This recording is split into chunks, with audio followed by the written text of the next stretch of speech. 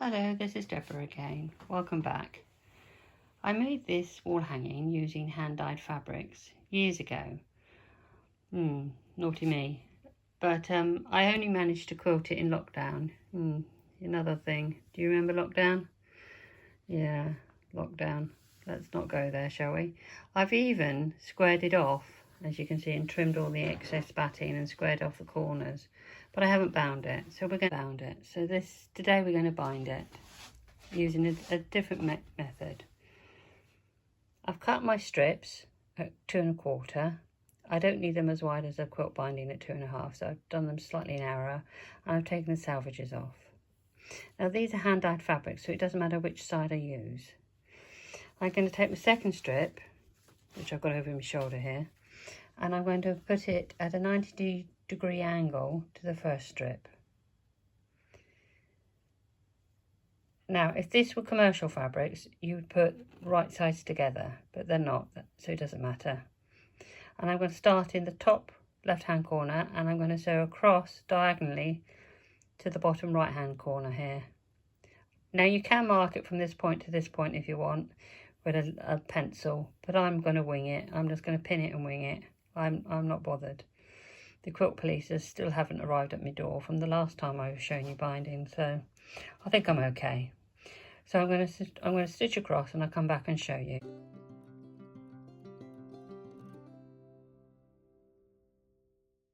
As you can see, I've just got my standard sewing foot on, and I'm going to keep the stitch length as the standard that I turn the machine on, which is 2.2 or 2.4. I'll lift up the presser foot. I've just moved in so that I'm not starting right on the edge of the corner. I'm just in a bit. I can always back stitch to the corner. It's going to be in the fold, so I'm not overly worried.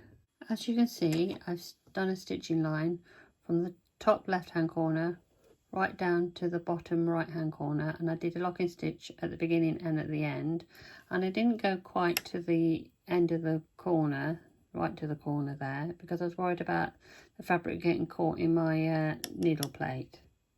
So I stopped just a little bit before, like I said before, because this will be on the fold and in the salvage, in the 1/4 inch seam allowance, so I'm not worried. Now that we've sewn it, the next thing to do is just to pull the strip down and make sure that both edges are nice and straight. So it's nice and straight on both the edges, and there's no overhang and it's not misaligned. Oh, look, I pattern matched that really well there. Oh, and it's hand-dyed fabric. Once we've done that, we're going to press it. Now that just means put the iron on and press it. Don't slide the iron up backwards and forwards, because this is on the bias and it will stretch and distort. So I've now pressed this and trimmed off the excess, which I'll go through with you in a minute. But this is the strip that was on the top. So when we get to the other end of that strip, to do the next row of stitching, is on the bottom. So the easy way to remember it is the old strip at the other end is always on the bottom, the new strip is always on the top, and then all your miters will go the same way. Now I've stitched my last piece of binding onto my strips, and now from this stitching line I need to cut 1/4 inch. So on these two shorter bits, that's the side I'm going to be cutting from, not this side, because if I cut from this side I'm just cutting the binding apart, and I don't need to do that. I need to get rid of these two shorter bits, because this will be too bulky when I'm sewing the binding down. So 1/4 inch on the short sides, these two short sides, I need to trim.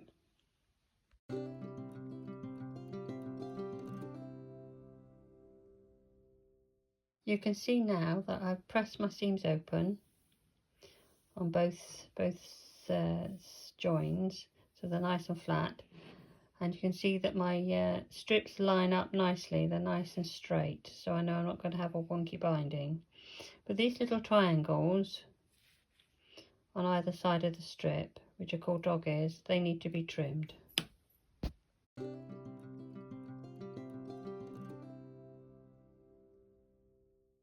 This is where I started sewing on my binding, and I left a tail before I started. And this is where I finished, and this is the other end of the binding. And as you can see, I've left a gap in between.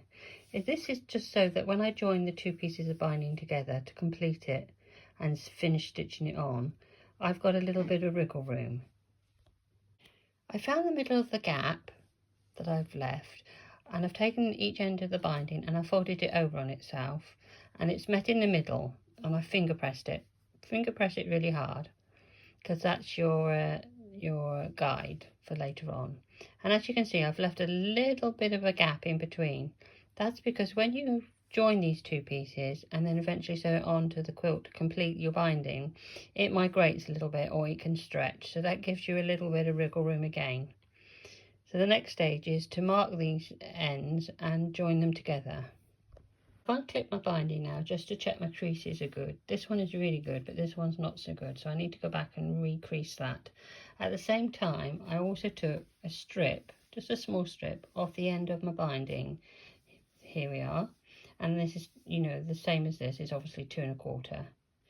Now this will help you join these two strips together without the use of a ruler, and it's a really quick way and easy way to remember how to do it. I'm going to take the little bit of binding strip that I cut off, and I'm going to place it on the crease.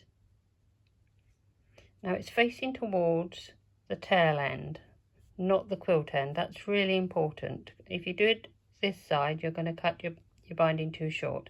So it's lined up against the crease, and this other end is where I'm going to cut, just here. This is where my crease is, and this is where I've cut. On this one, where that crease is, this is where you are going to cut, straight on that crease. So on this one, you always cut with the extra strip to the edge, and this one you cut right on that crease. This is just demonstrating by clipping them both down that this piece that we cut off earlier as a guide, the bottom edge is here and the top edge is here. The next thing to do is to join the two pieces together, and as you can see where the gap is, I've just folded the quilt up. It gives me a little bit more room to work with the two strips, and put a couple of clips there. This last strip that I've sewn on, I've opened up and flattened it out, and that's facing up. This strip we're going to face down like we did before. So we're going to take the strip and we're going to place it on top, but this time they're going to meet right at the edge of both bits. So right at the edge here and right at the edge there, and we're going to sew across the diagonal like we did before.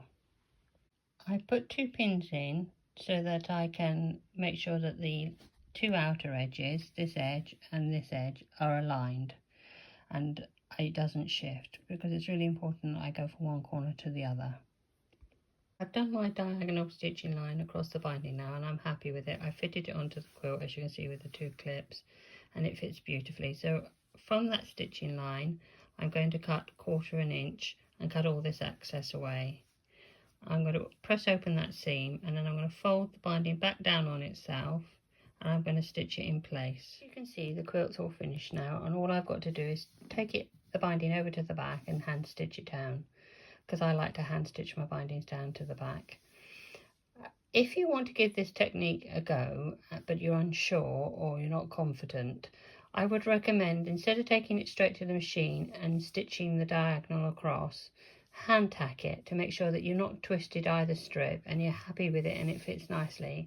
And when you're happy with that, then take it to the machine and stitch it if you want to machine it. You can do this by hand, you don't have to machine it, but it's a good technique and it's an easy one to do. So I hope you all give it a try and let me know how you get on, and I'll see you soon.